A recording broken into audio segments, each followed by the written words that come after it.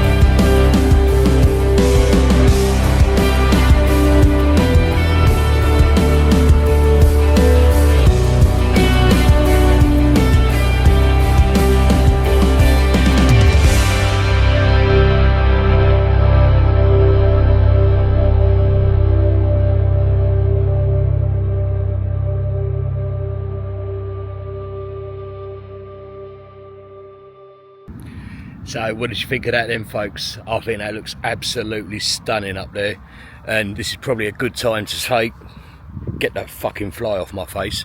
But other than that, if you're liking what we're doing and you want to see more of it, please do give us a like, give us a subscribe.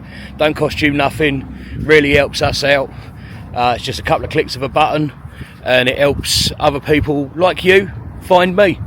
So I'm going to have a wander back now, because I'm in desperate need of some breakfast and a tom tip.